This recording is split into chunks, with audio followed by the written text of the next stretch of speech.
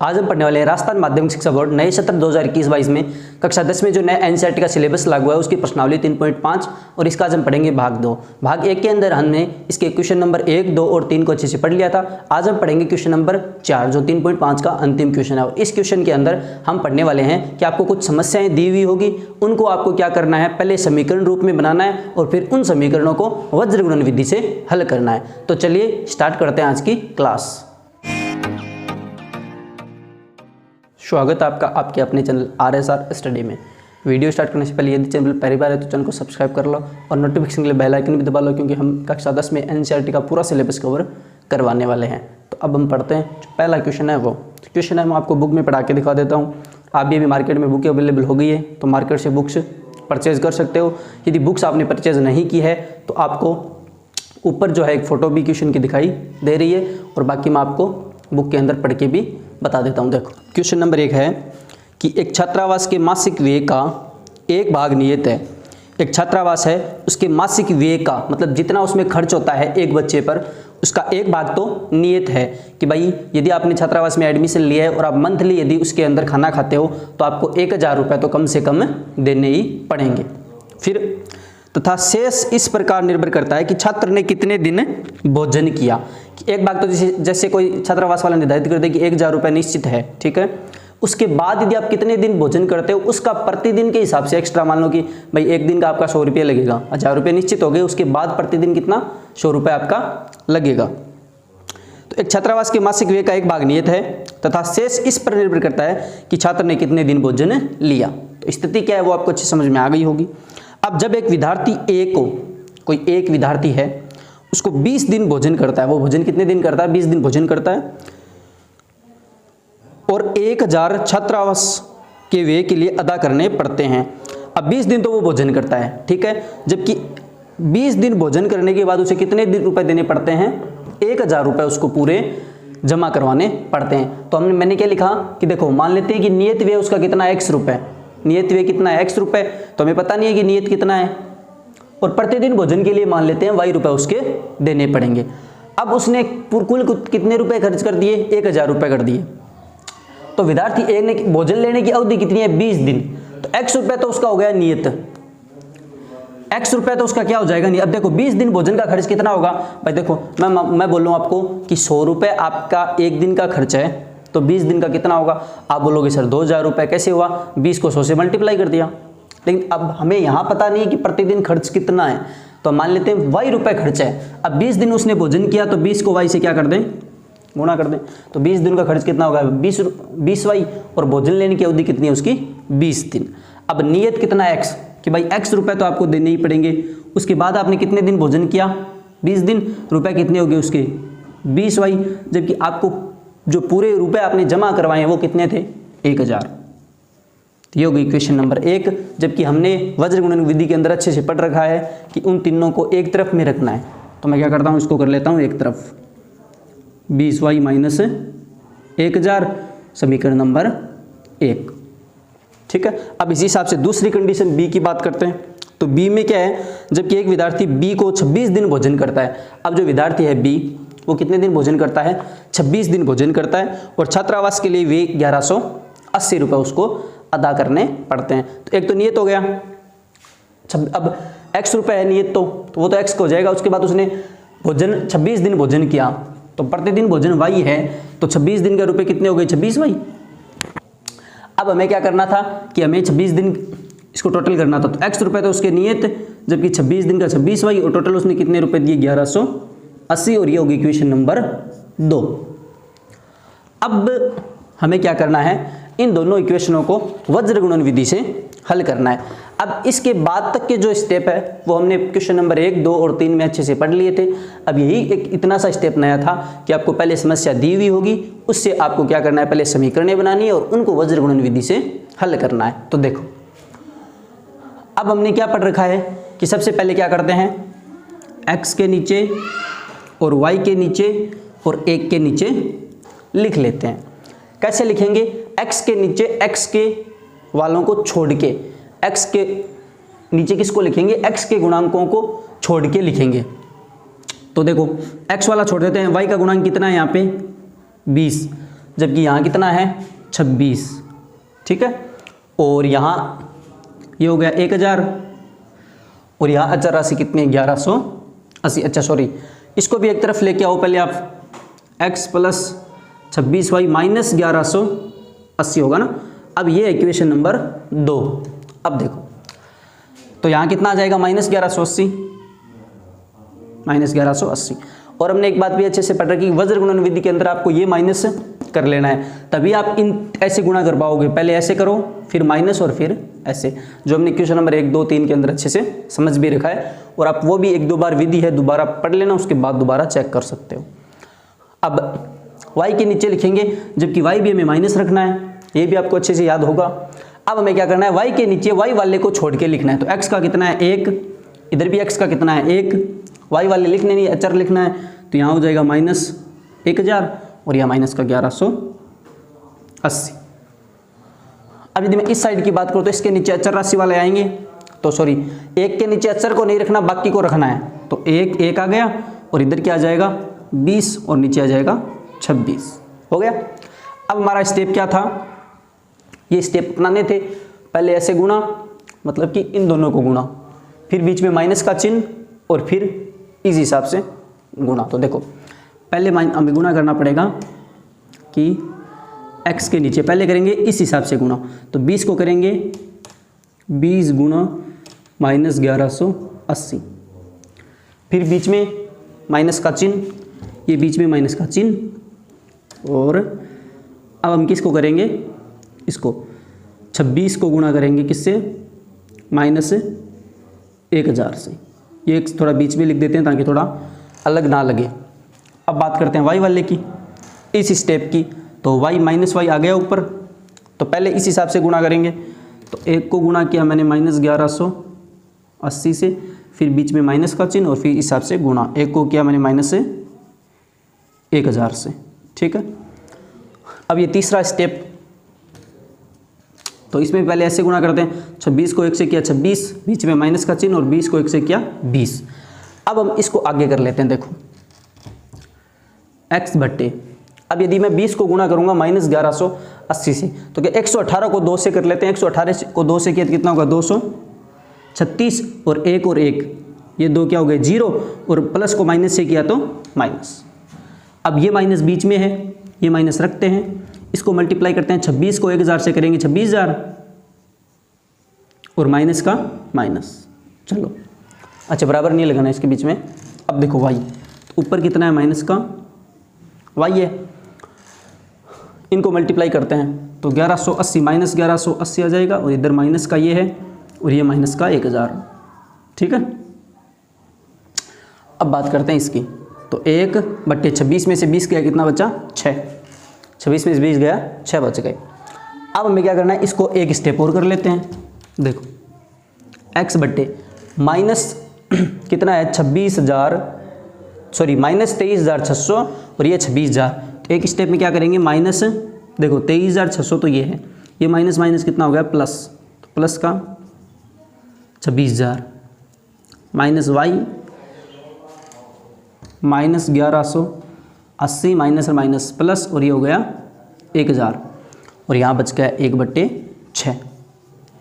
अब हमने क्या पढ़ रखा था, जिसका अंतिम ये स्टेप था, ये जो 3 भाग बचे हैं, हमें एक बार तो x वाले को अचर राशि के बराबर करना है और एक बार y वाले को अचर राशि के बराबर करना है। x वाले को अचर राशि के बराबर कर देंगे, एक बार y वाले को, चलो पहले घटा भी लेते हैं। अब देखो -23,600 एक साइड तो, और एक तरफ 26,000 प्लस का है, तो प्लस और माइनस, तो 26,000 में से 23,600 जाएगा, कितना बचेगा 2,400, और वो प्लस का बढ़ा है तो प्लस का बच जाएगा।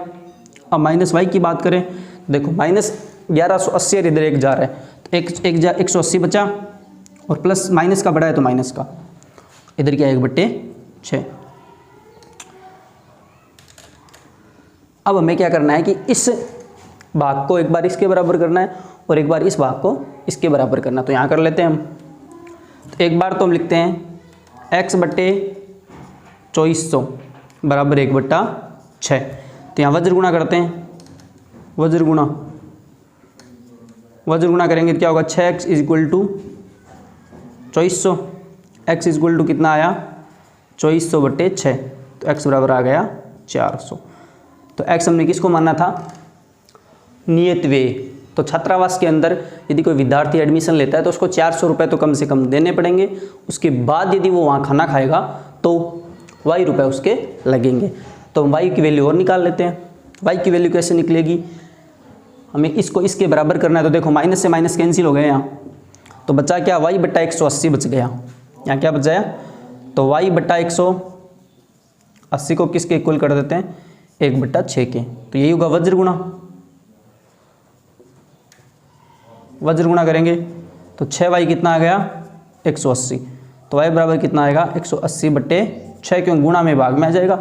तो y बराबर कितना बचा 30, y बराबर कितना बचा 30।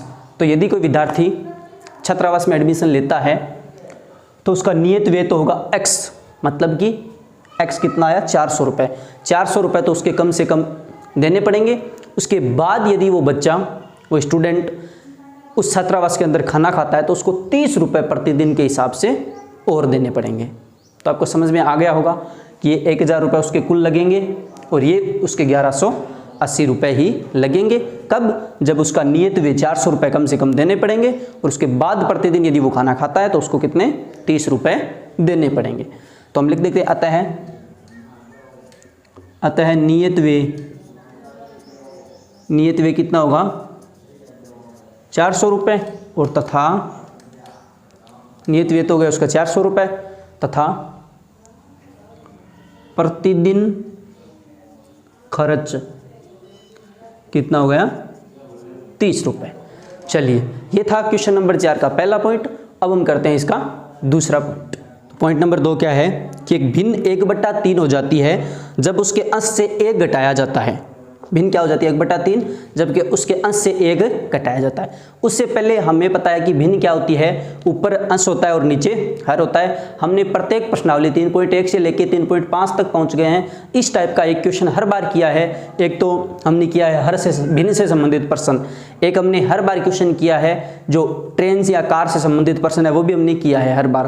तो ये क्वेश्चन आपको अच्छे समझ में आ गया होगा कि जो भिन्न होती है उसका अंश ऊपर वाला अंश होता है, नीचे वाला हर होता है। तो हम मान लेते हैं अंश क्या है x, हर क्या है y, तो भिन्न क्या हो जाएगी x/y। अब स्थिति क्या है इसकी फर्स्ट, कि यदि भिन्न 1/3 हो जाती है जबकि अंश से 1 घटाया जाता है। तो देखिए ये भिन्न है x और ये y। अब मैं क्या करूं, इसके अंश से 1 घटा दूं तो -1 कर दूं। अब इसकी वैल्यू कितनी हो जाती है, ये बोल रहा है इसकी वैल्यू हो जाती है 1/3। इसकी वैल्यू कितनी हो जाती है 1/3 हो जाती है।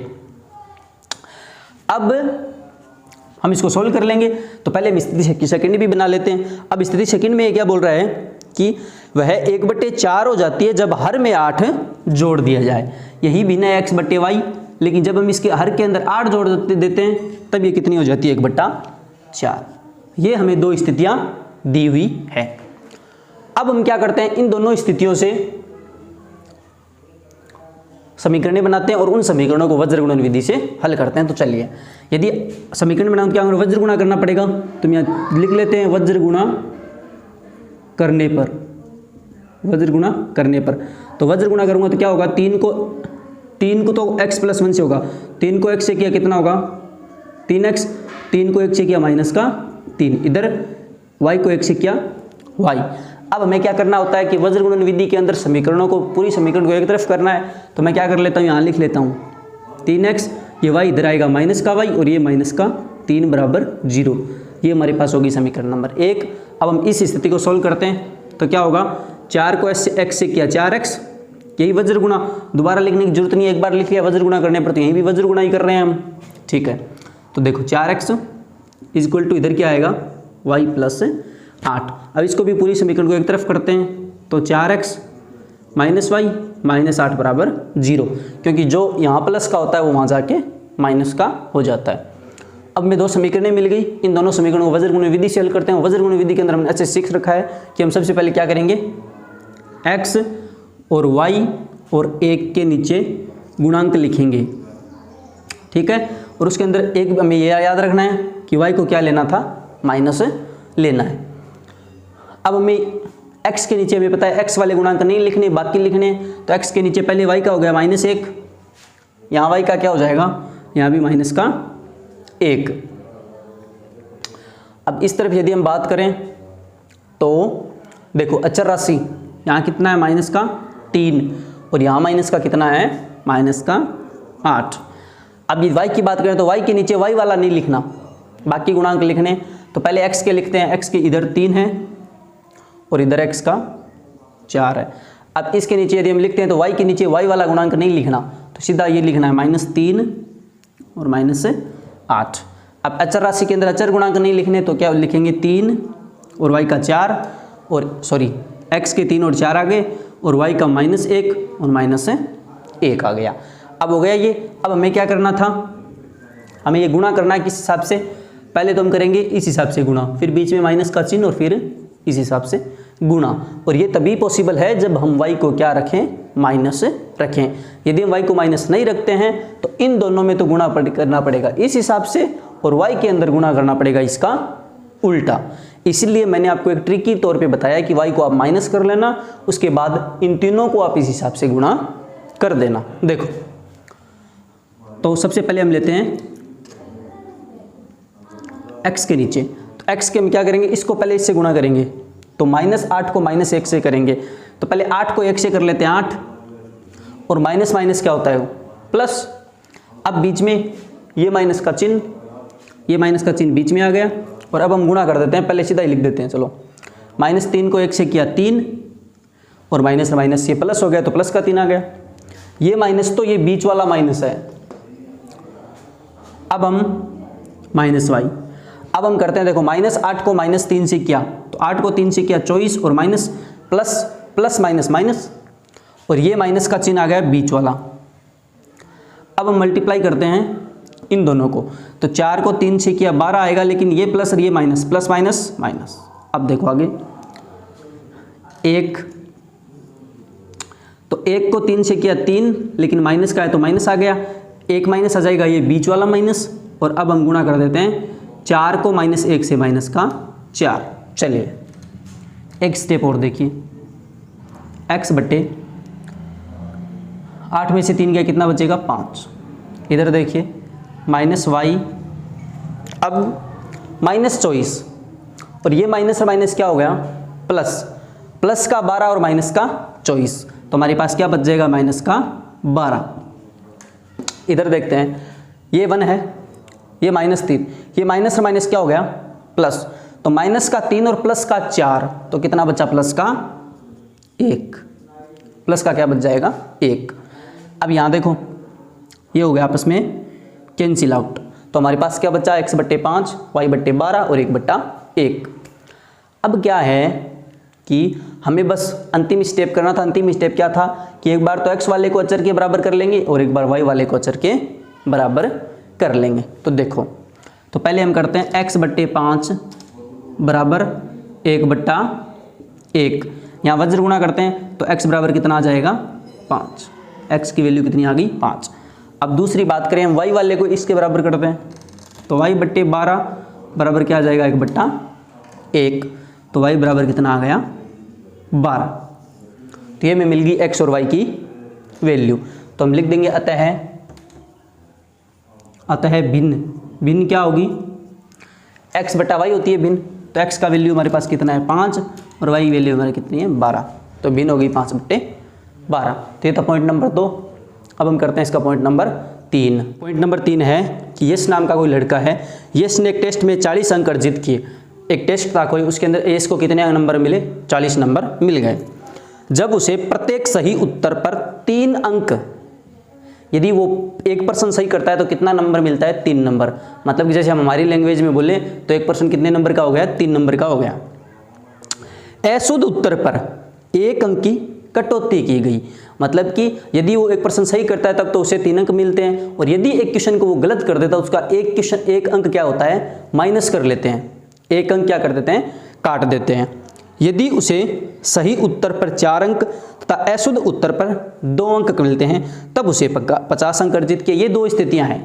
तो हम पहले तो क्या कर लेते हैं, हम मान लेते हैं कि यदि वो सही उत्तर करता है तो हमें पता नहीं है ना टेस्ट में कितने प्रश्न थे, कुल इसने क्या पूछ रखा है, प्रश्नों की संख्या पूछ रखी है। तो देखो हम मान लेते हैं कि माना यश को सही उत्तर पर कितने अंक मिले थे, x अंक मिले थे और गलत उत्तर पर कितने अंक मिले थे, y अंक मिले थे। अब देखो,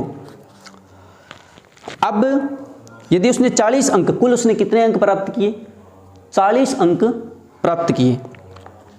अब देखो क्या होगा कि सभी सही प्रश्नों के अंक, जबकि उसको 3 अंक मिलते हैं, जबकि प्रश्न कितने सही करता हो x, और जबकि कटते कितने हैं y, जबकि उसे 1 अंक की कटौती की गई तो 1 को y से कर देते हैं y।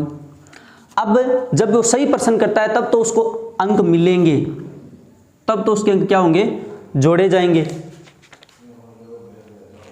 और जब वो गलत करता है तब क्या होगा, इसका माइनस होगा, जबकि उसके पूरे, अच्छा सॉरी रुको एक मिनट, इसमें सही प्रश्नों, सही उत्तरों की संख्या लिख लेते हैं ना, ऐसे कर लेते हैं, उत्तरों की संख्या कि उसके कितने सही उत्तर हुए और गलत उत्तरों की संख्या। अब यदि मैं x y को जोड़ देंगे तो हमें प्रश्नों की संख्या मिल जाएगी कि उसने कितने तो सही अंक, सही प्रश्न किए और कितने गलत प्रश्न किए। तो अब सही प्रश्न उसने मान लेते हैं x प्रश्न किए और एक प्रश्न का कितना अंक मिल रहा था उसे, 3 नंबर, तो उसके कितने, क्योंकि 3x हो गए ना। जिस हिसाब से देखो, उदाहरण के लिए हम समझाता हूं मैं कि जैसे मैंने आपको एग्जाम के अंदर 5 प्रश्न दिए और एक प्रश्न 2 नंबर का है, तो 5 प्रश्न यदि किसी बच्चे के सही है तो उसको कितने नंबर मिलेंगे, 10 नंबर। उसी हिसाब से हम मान लेते हैं कि उसने सही कितने किए, x सही किए, जबकि एक प्रश्न कितने नंबर का था, 3 नंबर का, तो जब हम 3x करेंगे तो वो क्या आ जाएगा, उसका कुल नंबर आ जाएंगे जिसका उसने सही उत्तर दिया था। अब गलत की बात करते हैं तो गलत का उसने, हम मानते हैं गलत उत्तरों की संख्या कितनी है, y, जबकि गलत का उसमें नंबर कटता कितना है, 1 कटता है, तो 1 को y से किया y। जब ये तो मिलेंगे और ये कटेंगे तो 3x को माइनस y से कर लिया, लेकिन जब उसको कुल अंक कितने मिल रहे थे, 40, जबकि हमारी वज्र गुणन विधि के अंदर में क्या करना होता है कि इन तीनों को एक तरफ करना होता है, तो हम कर लेते हैं इसको एक तरफ, -y -40, ये होगी हमारी इक्वेशन नंबर फर्स्ट। अब देखो इधर सभी सही प्रश्नों के अंक, तो दूसरी स्थिति के अंदर क्या है, दूसरी स्थिति में उसे सही उत्तर पर 4 अंक मिलते हैं। तो हमने माना है कि उसने x प्रश्न सही किए, उसने x प्रश्न सही किए, जबकि उसे एक प्रश्न का कितना नंबर, 4 नंबर मिलेगा, तो कुल कितना नंबर मिलेगा उसे, 4 गुणा x। जबकि उसके गलत उत्तरों की संख्या कितनी है, y, जबकि उसने सेकंड स्थिति में बोल रखा है कि अशुद्ध अंक पर 2 अंक कटते हैं, सेकंड स्थिति में 2 अंक कटते हैं, तो 2 क्या हो जाएगा, y। अब यदि उसके 4x कुल मिले, 2y वापिस कट गए, तब उसके कुल नंबर कितने आए थे, 50 नंबर उसको मिले थे। अब देखो, तो वज्र गुणन विधि के अनुसार इनको एक तरफ कर लेते हैं पहले, 4x - 2y - -50 बराबर 0। अब हम इसके अंदर देखो पूरी समीकरण में से 2 का भाग जा रहा है, तो इस पूरी समीकरण में 2 का भाग देंगे तो 2x में गया 4x में गया 2x, 2y में 2 का भाग दिया तो सिर्फ बचा y, और -50 में 2 का दिया 25 बराबर 0। ये हमारी इक्वेशन नंबर 2। अब हम क्या करते हैं, इन दोनों समीकरणों को वज्र गुणन विधि से हल कर देते हैं, और वज्र गुणन विधि के अगला स्टेप हमारा क्या बोलता है कि पहले हम क्या करते हैं, इन तीनों को लिख लेते हैं।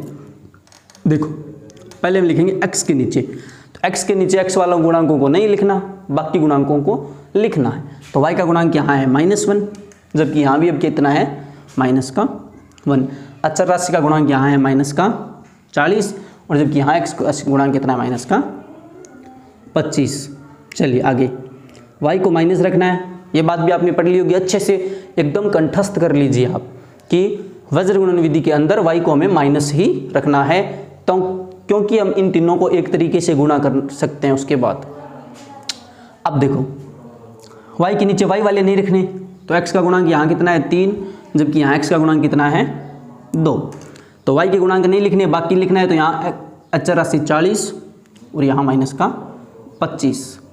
अब हम बात करते हैं अचर राशि की, तो देखो अचर राशि की यदि हम बात करें तो क्या आ जाएगा, अचर के अंदर अचर वाला नहीं रखना, तो x का तो 3 आ जाएगा, और y का, सॉरी यहाँ x का 3 है, यहाँ x का 2 है, y का दोनों जगह क्या है, -1 -1। अब हमें क्या करना है, आपको स्टेप याद होगा, पहले ऐसे और फिर माइनस और फिर ऐसे, इनको क्या करना है, गुणा करना है। तो पहले इसको गुणा करेंगे, तो 25 को 1 से किया तो तब तो आ गया, x के नीचे आ जाएगा, 25 को 1 से किया तो 25, ठीक है, और माइनस प्लस, तो प्लस का 25, ये बीच वाला माइनस का चिन्ह, ये चिन्ह, और 40 को 1 से किया, माइनस माइनस प्लस हो गया और ये हो गया 40। इधर देखो, चलिए हम इसको बराबर ही कर लेते हैं। फिर माइनस का y, 25 को 3 से किया तो माइनस का 75, ये माइनस बीच वाला। आगे क्या होगा, माइनस 40 को 2 से किया, माइनस का 80 इज इक्वल टू ये 1 के नीचे वाला, तो 1 के नीचे कितना है माइनस का, तो 3, ये माइनस बीच वाला और ये आ गया माइनस का 2। अब देखो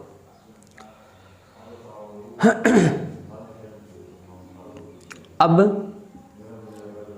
x बटे 25 में से 40 गए, माइनस का 15, इधर माइनस y है। अब ये देखो, ये माइनस और माइनस क्या हो गया, plus, minus minus plus, plus का 180 है और माइनस का 75, तो 80 में से 75 जाएंगे, कितना बचेगा, प्लस का 5। इधर हम बात करें 1, तो देखो माइनस और माइनस प्लस हो गया, तो माइनस का तो 3 और प्लस का 2, तो क्या बच गया, माइनस का 1। अब हमारा अंतिम स्टेप क्या था, एक बार तो इसको इसके बराबर कर दो, एक बार y वाले को इसके बराबर कर दो। तो मैं पहले क्या करता हूँ, x बट्टे माइनस का 15 बराबर क्या हो जाएगा, 1 बट्टे माइनस का 1, तो माइनस माइनस दोनों तरफ से कैंसिल, हम करेंगे वज्र गुणा, तो 15 को 1 से किया और x को 1 से किया, तो x बराबर कितना आ गया, 15, x बराबर कितना आ गया, 15। और y की यदि हम बात करें तो माइनस y बराबर 5, और यह आ जाएगा 1 बट्टा माइनस 1, तो माइनस माइनस दोनों साइड है तो कैंसिल, तो y बट्टा 5 और 1 बट्टा 1 दोनों वज्र गुणा करेंगे तो y बराबर कितना आ जाएगा, 5। तो x बराबर 15 और y बराबर 5, तो उसने गलत कितने किए, 5 प्रश्न उसने गलत किए और 15 प्रश्न उसने सही किए। तो अब कुल प्रश्नों की संख्या, तो कुल प्रश्न कितने हो गए, 20। अतः टेस्ट में कुल प्रश्न कितने हो गए, 20। ठीक है, तो ये था क्वेश्चन पॉइंट नंबर 3। अब हम करते हैं इसका अगला पॉइंट नंबर 4। पॉइंट नंबर 4 क्या है कि एक राजमार्ग पर 2 स्थान है A और B। ठीक है, कोई भी एक रोड है, सड़क है, उस पर 2 स्थान है A और B, जिनकी बीच की दूरी कितनी है, 100 किलोमीटर। कुल दूरी कितनी है, 100 किलोमीटर की दूरी के ऊपर 2 स्थान है।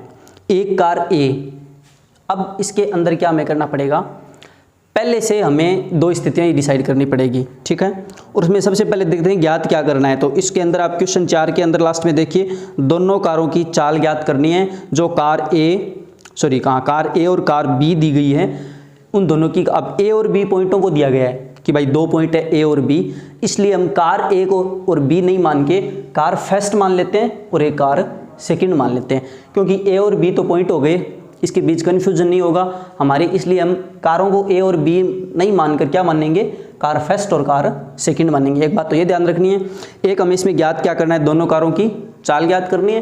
तो हम क्या क्या मान लेते हैं कि माना कार फर्स्ट की तो चाल क्या है, x किलोमीटर प्रति घंटा, कि भाई ये 40 किलोमीटर प्रति घंटा चल रही है, 50 किलोमीटर प्रति घंटा चल रही है, 70 किलोमीटर प्रति घंटा चल रही है। यही तो चाल होती है कि 1 घंटे के अंदर कितनी दूरी तय की आपने। चाल क्या होती है, 1 घंटे में तय दूरी। ठीक है, विज्ञान के अंदर एक पाठ आता है जिसके अंदर आपको चाल के बारे में अच्छे समझाया जाता है, चाल, दूरी और समय, जिसके अंदर एक सूत्र होता है, वो आपको मैं अभी भी बताऊंगा। लेकिन चाल होती क्या है, 1 घंटे में तय दूरी। ठीक है, यदि घंटा लेते हो घंटों के अंदर, मिनट लेते हो मिनट के अंदर, है ना, तो 1 घंटे में तय दूरी मान लेते हैं x किलोमीटर वो चलती है। अब कोई ऐसे बोलते हैं ना कि आपकी गाड़ी की स्पीड कितनी थी, कि 40 की या फिर 50 की स्पीड, तो 50 की स्पीड क्या मानी जाती है, स्पीड क्या मानी जाती है कि 1 घंटे में उसने कितना किलोमीटर चला, 50 किलोमीटर, तो बोलते हैं 50 की स्पीड से। ठीक है, तो 50 किलोमीटर प्रति घंटा की चाल हो गई। तो हमें याद ही नहीं है, हमें तो ज्ञात करनी है, तो मान लेते हैं कार फर्स्ट की कितनी है, x किलोमीटर प्रति घंटा, और कार सेकंड की कितनी है, y किलोमीटर प्रति घंटा। तो देखो अब स्थिति फर्स्ट क्या है, और इन दोनों बिंदुओं के बीच की दूरी 100 किलोमीटर है स्थिति फर्स्ट में, और स्थिति सेकंड में भी इन दोनों के बीच की दूरी कितनी है, 100 किलोमीटर। अब देखो, अब ये बोल रहा है कि यदि कार एक कार तो A पॉइंट से चलना स्टार्ट करती है और दूसरी कार B से, एक तो यहाँ से चलती है कार और एक यहाँ से, और दोनों कारें एक ही दिशा में चलती है। एक तो ये कार ए इस दिशा में जाएगी तो कार बी भी किस दिशा में जा रही है, इस दिशा में जा रही है। अब यदि ये कारें भिन्न भिन्न चालों से, तो चाल दोनों की अलग अलग है, एक ही दिशा में चलती है तो 5 घंटे पश्चात मिलती है। अब दोबारा समझिए, एकदम से आसान प्रश्न है कि इन दोनों के बीच की दूरी 100 किलोमीटर है। एक कार तो यहाँ से इधर चल रही है और एक कार यहाँ से इधर चल रही है, मतलब दोनों कारें एक ही दिशा में जा रही है, ठीक है। अब यदि हम मान लेते हैं कि ये यहाँ आती है, यहाँ के दोनों कारें मिल जाती है। अब ये बोल रहा है कि ये कारें कितनी देर बाद मिलती है, 5 घंटे पश्चात दोनों कारें मिल जाती है। तो अब हम इस पॉइंट इसको लेके चलेंगे, 5 घंटे पश्चात दोनों कारें आपस में मिलती है। तब देखो, अब समीकरण ने क्या बोलेगी, स्थिति फर्स्ट की। तो अब हम मान लेते हैं कि भाई कार कहाँ पहुँची, ए सी तक। तो ए सी जो दूरी है वो कितनी होगी, ए सी दूरी कितनी होगी, ए से सी तक कार चली तो दूरी कितनी होगी। अब ये एक सूत्र है जो आपको याद रखना है कि दूरी बराबर क्या होता है, चाल गुणा समय। ये जो सूत्र है वो आपको विज्ञान में भी आएगा पाठ के अंदर, जिसके ऊपर आपको न्यूमेरिकल करने पड़ेंगे, जबकि आप यहीं याद रख लो, दूरी बराबर होता है चाल गुणा समय। अब हमें एक तो चाल पता है x, जबकि समय पता है कितना, सी तक आने में कितना समय लगा, 5 घंटे। तो चाल और समय, तो देखो 5 गुणा x, तो कितना हो गया, 5x लिख देते हैं सीधा। तो तय दूरी कितनी होगी, 5x, ठीक है। अब कार सेकंड की चाल कितनी है, y, तो उसके द्वारा कार द्वारा तय दूरी कितनी है, bc, दूरी कितनी होगी, bc दूरी होगी। जबकि हम चाल तो हमने y मान रखी है और समय उसको भी कितना लगता है, यहाँ से यहाँ आने में 5 घंटे लगता है, क्योंकि दोनों कारें 5 घंटे पश्चात मिलती है। ये कार तो 5 घंटे में यहाँ पहुँच गई, जबकि ये कार सिर्फ यहाँ पहुँच पाई। तो 5 चाल गुणा समय y। अब हमें पता है कि ये दोनों जो कारें हैं, हमें दूरी कितनी दी गई है, a से b दूरी, कि बिंदु a और बिंदु b के बीच की दूरी कितनी है, 100 किलोमीटर। तो अब हमने एक तो ये दूरी ऐसी ये इतनी पूरी, और एक हमने कितनी की है, इतनी, जबकि ये कितनी बची, 100। तो ये कैसे बचेगी कि भाई यदि हम क्या करें, पूरी AC में से यहाँ से लेके यहाँ तक दूरी है, जिसमें से ये निकाल दें, माइनस को क्या कर दें, BC को, तब हमारे पास क्या बच जाएगी, AB। और AB हमें पता है कितनी है, 100 किलोमीटर, क्योंकि दी हुई है। तो अब हम क्या करेंगे, AC हमारे पास क्या आई, 5x, और BC हमारे पास क्या आई, 5y, और बराबर हमारे पास कितना है, 100 किलोमीटर। ये बन गई हमारी समीकरण। अब हम क्या करते हैं, पूरी समीकरण में 5 का भाग जा रहा है, तो इसमें देंगे 5 का भाग 5, इसमें देंगे तो सीधा y, और 100 में 5 का भाग देंगे यदि हम, कितना जाएगा, 20। अब हमें पता है कि वज्र गुणन विधि के अंदर इन समीकरणों को एक तरफ रखना होता है, तो हम क्या रखेंगे, x माइनस वाई और माइनस बीस इज इक्वल टू 1। ये हमारी समीकरण नंबर 1। अब स्थिति सेकंड की बात करते हैं। तो स्थिति सेकंड में क्या है कि यदि वे विपरीत दिशा में चलती है, विपरीत दिशा में मतलब कार ए तो इस तरफ आ रही है जबकि कार बी इसके सामने विपरीत आ रही है, तो दोनों एक ऐसे चल रही है एक ऐसे, तो एक दूसरे की विपरीत हो गई, एक दूसरे की विपरीत दिशा में चलती है, तो 1 घंटे पश्चात मिलती है। अब ये कारें यदि एक ही दिशा में जब जाने लगती है तब ये कितने घंटे बाद मिल जाती है, 1 घंटे बाद मिल जाती है। तो हम मान लेते हैं ये कारें पॉइंट डी पर मिल रही हैं, ठीक है, इस बिंदु पे मिल रही है और टाइम की इसको भी 1 घंटा लग रहा है, इसको भी 1 ही घंटा लग रहा है। अब हम देखा ए द्वारा तय दूरी, तो एक कार यहाँ तक आएगी, एडी तक आएगी, तो ये दूरी कितनी होगी, चाल गुना समय से, जबकि चाल हमने क्या मान रखी है x और टाइम कितना लगा है 1 घंटा, तो 1 को x से गुणा करेंगे x से आएगा, 1 गुना 1x। कार बी यहाँ से यहाँ तक आती है BD दूरी, तो चाल कितनी है उसकी y। कार सेकंड की चाल देखिए आप, कार सेकंड की चाल तो है y, जबकि उसको समय कितना लगा 1 घंटा, तो 1 को इससे गुणा कर दो तो क्या होगा y रहेगा, हो गया x और y। अब हमें क्या है, हमें तो दूरी ये पता है कितनी है 100 किलोमीटर, तो भाई AD को और यदि मैं BD को जोड़ दूं, यदि मैं इस दूरी को और इस दूरी को जोड़ देता हूं तो पूरी कितनी हो जाएगी 100 किलोमीटर या फिर AB हो जाएगी। तो ये तो कितनी है x और ये कितनी है y, तो बराबर कितनी हो जाएगी 100। अब इसको एक तरफ कर लेते हैं, तो x प्लस वाई माइनस 100 बराबर, ये समीकरण नंबर हो गई हमारे पास 2। ये हमारे पास होगी समीकरण नंबर 2। ये समीकरण है, तो एकदम आसानी से मैंने समझा दिया आपको। मुझे लग रहा है ये क्वेश्चन थोड़ा सा कंफ्यूज करेगा, तो आप क्वेश्चन को 1 से 2 बार देख लेना, और एग्जाम की दृष्टि से भी एकदम बढ़िया क्वेश्चन है। तो चलिए अब हम इन समीकरणों को वज्रगुणन विधि से हल करते हैं, और वज्रगुणन विधि से हल करना आपको आसानी से आता भी होगा। तो चलिए अब मैं एक बार बाकी चीज़ों को साफ कर लेता हूँ, उसके बाद इन दोनों समीकरणों को वज्रगुणन विधि से हल करते हैं। अब हमें इन समीकरणों को क्या करना है, वज्रगुणन विधि से हल करना है। तो वज्रगुणन विधि का पहला स्टेप हमारा क्या होता है कि x और y और 1 के नीचे हम अचर राशियों को रखते हैं। तो x के नीचे x को छोड़ के बाकी गुणांक रखना है। तो यहाँ y का गुणांक कितना है 1, और यहाँ y का गुणांक कितना है प्लस का 1, यहाँ माइनस का 1 था। यहाँ कितना है माइनस का 20 और यहाँ माइनस का 100। अब y की बात करें तो एक तो आपको ये याद रखना है कि y को हमेशा माइनस रखना है, रख लिया।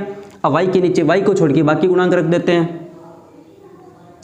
तो x का गुणांक तो यहाँ भी 1 और यहाँ भी 1, और अचर राशि यहाँ कितनी आएगी, सॉरी यहाँ x y के नीचे रख रहे हैं, x के नीचे x वाले गुणांक रखा तो ये -1 हो गया y का गुणांक, यहाँ y का 1 हो गया, ये 20 और 100। अब y के नीचे रख दे, y वालों को छोड़ना है तो x का प्लस और x का नीचे वाला भी प्लस, y का रखना नहीं है तो माइनस का 20 और माइनस का 100। देखिए 1 के नीचे रखेंगे तो अचर को छोड़ देंगे तो x 1 प्लस है और y -1 और +1। अब हमें क्या करना है, इन दोनों को तीनों को किस विधि से हल करना है, पहले ऐसे गुणा, फिर माइनस और फिर ऐसे गुणा। देखो कैसे करते हैं। अब हम x के नीचे पहले हमें इसको इससे गुणा करना है, तो क्या करेंगे -1 को गुणा करेंगे -100 से, फिर माइनस का ये चिन्ह बीच वाला, फिर इस हिसाब से गुणा करना है। तो इस हिसाब से कैसे करेंगे, -20 को गुणा करेंगे 1 से, ठीक है। x को थोड़ा बीच में रख लेते हैं, ठीक है। देखो अब इसी हिसाब से y वाला करते हैं। तो y में पहले क्या होगा, x को गुणा करना है -100 से, 1 को गुणा करना है, ये माइनस का बीच वाला चिन्ह, और -20 को गुणा करना है +1 से। अब देखो ये हो गया माइनस का y। 1 वाले के अंदर हम क्या करेंगे, पहले गुणा करेंगे 1 को 1 से, ये बीच में माइनस का चिन्ह, और फिर -1 को 1 से। अब देखो इसको सोल्व करते हैं, तो x बट्टे -1 को 100 से किया तो माइनस माइनस प्लस, और 1 को 100 से किया तो कितना आया 100, ये हो गया माइनस। इधर देखो -20 को 1 से किया तो कितना आएगा, माइनस का 20 आएगा। आगे चलते हैं, तो यहाँ कितना है माइनस का y। देखो 1 को 100 से किया तो माइनस का 100, ये माइनस और माइनस का 20 हो गया। आगे चलते हैं, देखो 1 माइनस और माइनस का 1। चलिए x बटे 100 और माइनस माइनस कितना हो जाएगा, माइनस माइनस प्लस, तो ये तो 100 हो गया, ये प्लस का कितना हो गया 20। आगे चलिए माइनस का y -100, ये माइनस माइनस कितना हो गया +20। चलिए 1 बटे ये 1, ये माइनस माइनस +1। चल x बटे 100 को 20 से किया 120, और माइनस y -100, इसके अंदर मैंने 20 माइनस का 100 और 20 का 20 प्लस का है, तो माइनस का कितना बचेगा 80, ये माइनस से माइनस कैंसिल हो गया। इधर देखते हैं 1 बटा कितना बच गया 2,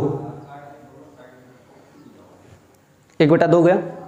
अब चलिए इसको सोल्व करते हैं थोड़ा। तो अब हमें पता है कि हमें क्या करना है, इसको एक बार इसके बराबर करना है, एक बार इसको इसके बराबर करना है, तो हम कर लेते हैं। 120 बराबर 1 बटा 2। अब वज्र गुणा करेंगे तो 2x बराबर कितना आएगा 120, तो x बराबर कितना आ जाएगा 120 बटा 2, मतलब कि x बराबर 60। चलिए दूसरा मल्टीप्लाई करते हैं, तो y बराबर कितना आएगा 80 बराबर 1 बटा 2, तो 2y बराबर कितना आ गया 80 वज्र गुणा करने पर, तो y बराबर कितना आ गया 80 बटे 2 40। x आ गया 60 और y आ गया 40, मतलब कि x कार जो फास्ट थी उसकी स्पीड कितनी थी 40 किलोमीटर पर आवर। तो हम इसको लिख सकते हैं 40 किलोमीटर पर आवर, और यहाँ हम से लिख सकते हैं सॉरी ये था 60 किलोमीटर पर आवर, ये हो गया 40 किलोमीटर पर आवर। तो लिख सकते हैं अतः कार फर्स्ट की चाल 60 किलोमीटर पर आवर होगी और कार सेकंड की चाल 40 किलोमीटर पर आवर होगी। तो ये था क्वेश्चन नंबर 4। अब हम करते हैं क्वेश्चन नंबर 4 का अंतिम 5वां पॉइंट, और ये होगा 3.5 का भी अंतिम प्रश्न। तो पॉइंट नंबर 5 क्या है कि एक आयत का क्षेत्रफल 9 वर्ग इकाई कम हो जाता है। उस आयत का क्षेत्रफल वर्ग इकाई कब कम हो जाता है? जब उसकी लंबाई 5 इकाई कम कर दें और चौड़ाई 3 इकाई बढ़ा दी जाए। तो देखिए लंबाई हमने x मानी है, तो बोल रहा है कि जब लंबाई तो हम 5 इकाई घटा दें, ठीक है, तो लंबाई उसकी कितनी होगी? मान लेते हैं पहले x थी तो x में से 5 घट जाएगी, और चौड़ाई उसकी 3 इकाई बढ़ानी है। तो चौड़ाई क्या होगी? चौड़ाई हमने y मानी है तो y प्लस 3। तो लंबाई ये होगी चौड़ाई, जबकि क्षेत्रफल क्या होता है? लंबाई गुना चौड़ाई। तो लंबाई को चौड़ाई से गुना कर दो। लेकिन अब x क्षेत्रफल ये होगा, ये कितना कम हो रहा है? ये बोल रहा है कि 9 इकाई कम हो जाता है, मतलब x इसमें से कितना कम हो जाता है? 9। तो अब इससे एक समीकरण बन जाएगी। अब स्थिति सेकंड और लिख लेते हैं। स्थिति सेकंड क्या बोलती है कि यदि लंबाई को 5 इकाई और चौड़ाई को 2 इकाई बढ़ा दें, कि लंबाई को तो बढ़ाना है 5 इकाई और चौड़ाई को कितना बढ़ाना है? 2 इकाई, ठीक है, सॉरी लंबाई को 3 इकाई, 5 इकाई नहीं, लंबाई को 3 इकाई बढ़ाते हैं और चौड़ाई को 2 इकाई, तो क्षेत्रफल 67 वर्ग इकाई बढ़ जाता है। तो क्षेत्रफल एक्स वाई कितना बढ़ेगा? 67 वर्ग इकाई बढ़ जाएगा। तो आयत की विमाएँ ज्ञात कीजिए, मतलब लंबाई और चौड़ाई ज्ञात करिए। चलो देखो, अब मानना आयत की लंबाई x इकाई मान लिया और चौड़ाई मान लिया y इकाई, तो क्षेत्रफल आयत का क्या होता है? लंबाई गुना चौड़ाई, तो x गुना y। अब पहली स्थिति थी लंबाई 5 घटाओ चौड़ाई 3 बढ़ाओ, क्षेत्रफल कितना कम होगा? 9। दूसरी थी कि चौड़ाई भी लंबाई 3 बढ़ा दो और चौड़ाई 2 बढ़ा दो, क्षेत्रफल 67 बढ़ जाएगा। अब मैं 2 समीकरणें बनानी है, तो देखो फटाफट बना लेते हैं। पहले हम इसको इससे गुणा करेंगे, तो देखिए 2 ब्रैकेट आपस में गुणा होते हैं, एक ब्रैकेट दूसरे ब्रैकेट से गुणा होता है। तो क्या होता है? पहले हम x को पकड़ते हैं और इन दोनों से गुणा कर देते हैं। तो x को पहले y से किया और फिर x को 3 से किया। अब -5 को इन दोनों से कर देते हैं, तो -5 को y से किया और -5 को 3 से किया, -15 बराबर x माइनस। अब हमें पता है वज्र गुणन विधि के अंदर सबको एक तरफ करना होता है, तो इन दोनों को इस तरफ ले आते हैं। तो देखो X Y 3x - 5y - 15 is equal to X Y, sorry ये प्लस वाला इधर आके माइनस का हो जाएगा और ये माइनस वाला इधर आके प्लस का हो जाएगा, और बराबर हमारे पास क्या बच जाएगा? 0। देखो plus X Y minus X Y cancel, तो बचा क्या? 3x - 5y, ठीक है, और -15 और +9 माइनस का 6 बराबर क्या बच गया? 0। ये हो गई हमारी इक्वेशन नंबर फर्स्ट, ठीक है।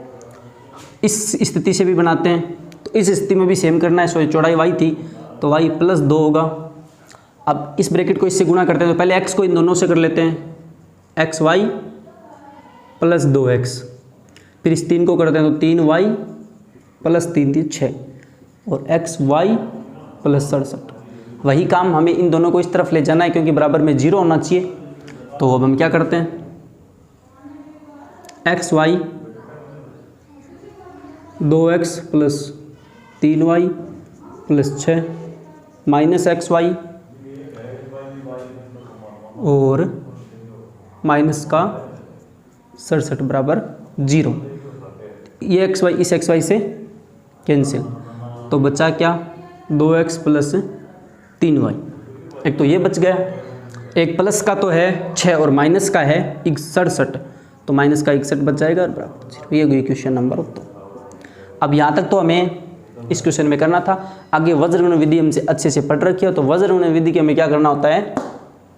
x को इन दोनों के गुणांक लिखने होते हैं। सबसे पहले किस किस के नीचे? x के नीचे, -y के नीचे और 1 के नीचे, ठीक है। तो हम लिखते हैं x के नीचे x वाले गुणांक नहीं लिखने, तो y का यहाँ तो है -5 और यहाँ y का है +3। अचर राशि यहाँ तो है -6, जबकि यहाँ अचर राशि कितनी है? -61। माइनस का 61, ठीक है। देखो आगे y के नीचे y वाले नहीं लिखने तो x का यहाँ तो हो गया 3 और यहाँ x का 2, y का गुणांक लिखना नहीं है तो अचर यहाँ तो है -6 और यहाँ माइनस का 61। एक के नीचे बात करें तो एक के नीचे अचर राशि नहीं लिखनी तो x का 3 y का 2 लिख देंगे, सॉरी x का 2 लिख देंगे और y की बात करें तो माइनस का 5 और प्लस का 3। अब हमें इन तीनों को किस विधि से हल करना है, इस तरीके से, पहले इस हिसाब से गुणा, फिर बीच में माइनस और फिर इस हिसाब से गुणा। चलिए देखिए करते हैं। तो सबसे पहले बात करते हैं x की, यहाँ करते हैं सबसे पहले। तो क्या होगा, चलिए तरीके से कर लेते हैं। पहले -5 को हम गुणा करेंगे -61 से, फिर बीच में रहेगा माइनस और फिर इस हिसाब से गुणा, 3 को करेंगे -6 से। चलिए आगे -y, तो पहले हम क्या करेंगे, 3 को गुणा करेंगे -61 से, बीच में माइनस और इधर हम करेंगे 2 को गुणा -6 से। चलिए आगे आगे क्या होता है, 1/3 को हम करेंगे 3 से और -2 को हम करेंगे -5 से। चलिए अब इनको सॉल्व करते हैं। आगे इनको सॉल्व हमने किया तो x अपॉन, ये देखिए माइनस और माइनस क्या हो गया प्लस, और मैं 61 को 5 से करूँगा तो पहले 6 को 5 से कर लेता हूँ, 6 पंजो 30 मतलब कि 300 हो गया, और 5 को 1 से किया 5 तो 300 कितना हो जाएगा 5, और प्लस का क्यों हुआ, क्योंकि माइनस माइनस क्या होता है प्लस। आगे देखिए प्लस, सॉरी ये प्लस एक बार नहीं अगले स्टेप में करेंगे तो अच्छे समझ में आएगा। पहले माइनस को माइनस रखते हैं, इसको सोल्व कर लेते हैं। 3 को 6 से किया 18, लेकिन ये प्लस का और ये माइनस का -18। आगे चलिए, माइनस का y ऑलरेडी है पहले से, तो अब हमें क्या करना है, 61 को 3 से करना है। तो 6 को 3 से किया 18, 180 और 3, 180 और 3 कितने हो गए 183, और किसके माइनस के, ये माइनस ये रहा, आगे माइनस के, ये भी कितना हो गया -12। चलिए अब बात करते हैं इधर यदि हम बात करें तो क्या होगा, ये देखो +9 हो गया, ये माइनस का, ये माइनस का 10 हो गया। चलिए अब क्या होगा, आगे सोल्व करते हैं कि स्टेप और हो जाएगा। फिर x/, अब देखिए 305, ये कितना है 305 प्लस माइनस माइनस कितना हो गया प्लस का 18, ठीक है। आगे देखिए माइनस का y और ये हो गया माइनस का 183। अब इधर क्या होगा, माइनस और माइनस क्या हो गया प्लस का 12। आगे क्या होगा 1/9 माइनस और माइनस प्लस 10। तो यहाँ तक आपको समझ में आ गया होगा।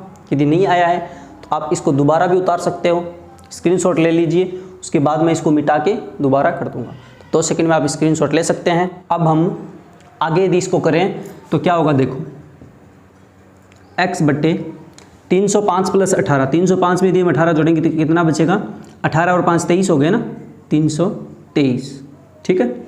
आगे चलो, माइनस का y, ये इधर तो है माइनस का 183 और इधर है प्लस का 12, तो 183 में से 12 घट जाएंगे और कितना बचेगा 171, और ये माइनस का बढ़ा है तो माइनस का 171। अब यदि 1 की बात करें तो 9 और 10 कितने हो गए 19। अब हमारे अगले स्टेप क्या होता है कि एक बार x को इसके बराबर कर लेते हैं और एक बार इसको x के बराबर कर लेते हैं। तो एक बार तो हम करेंगे x/323 को किसके बराबर, 1/19 के। तो क्या करना है, वज्र गुणा, तो हम लिख देते हैं यहाँ वज्र गुणा करने पर। तो देखो 19x बराबर कितना होगा, 1 को 323 से 323, x बराबर कितना आ जाएगा 323/19। तो x की वैल्यू कितनी आ जाएगी, देखो 19 को भाग देंगे 323 में, तो देखो 19 का एक बार तो 32 में तो जाएगा, सॉरी 3 में तो जाएगा नहीं, 32 में जाएगा कितनी बार, एक बार। तो 32 में एक बार 19 का भाग गया तो कितना बच गया 13, और ये एक 3 पहले से, देखो ऐसे नहीं समझ में आ रहा तो ऐसे देख के दिखा देता हूँ आपको। हम भाग देंगे 19 का, तो एक बार गया कितना है 19, बचेगा कितना 13, और ये 3 पहले से 133। अब 19 अंति कितना होता है, 19 को 7 बार गुणा करते हैं, 7 बार पाड़ा बोलते हैं, तो 19 अंति कितना होता है 133, तो हमारा कितना आ गया 17। तो x की वैल्यू कितनी आ जाएगी 17। अब यदि हम बात करें इसकी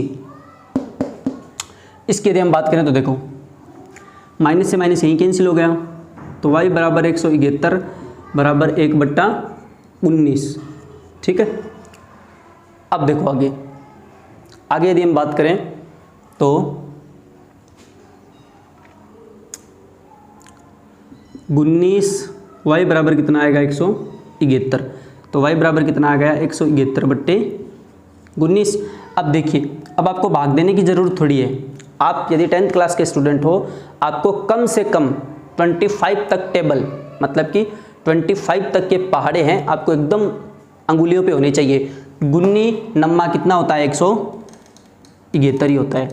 तो ऐसे छोटी मोटी कैलकुलेशंस है, आप यदि आसानी से करने चाहते हो, एकदम स्पीड से करना चाहते हो, तो आपको 25 तक पहाड़े, 25 तक के वर्ग, मतलब कि 25 तक के स्क्वायर है ना, ये आपको याद होनी चाहिए, तभी आप ऐसी कैलकुलेशंस एकदम आसानी से कर सकते हो।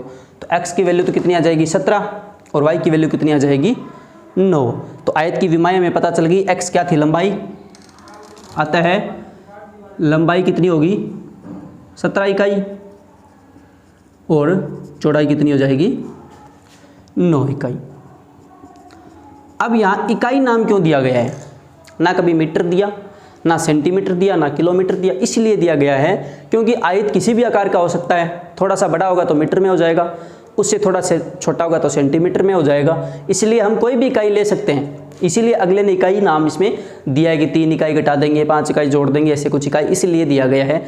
वरना ये जो लंबाई है वो या तो मीटर में, सेंटीमीटर में, किलोमीटर में, उसमें होती है, लेकिन इकाई इसीलिए दिया गया है कि आयत को आप कोई भी मान लो, यदि थोड़ा सा बड़ा है तो मीटर मान लेंगे और थोड़ा सा छोटा है तो सेंटीमीटर में आ सकता है ना, इसलिए इकाई दिया गया। तो ये थी हमारी प्रश्नावली 3.5। आई होप आपको अच्छे से समझ में भी आई होगी। और यदि वीडियो अच्छा लगा तो वीडियो को लाइक जरूर कर दें, और यदि चैनल पर पहली बार आए तो चैनल को सब्सक्राइब भी कर लें, ताकि आपको आने वाली वीडियो का अपडेट सबसे पहले मिलता रहे, क्योंकि हम इस चैनल के ऊपर NCERT कक्षा 10 सभी सब्जेक्ट्स को कवर करने वाले हैं। तो चलिए जल्दी मिलते हैं अगले वीडियो में, तब तक के लिए जय हिंद, जय भारत।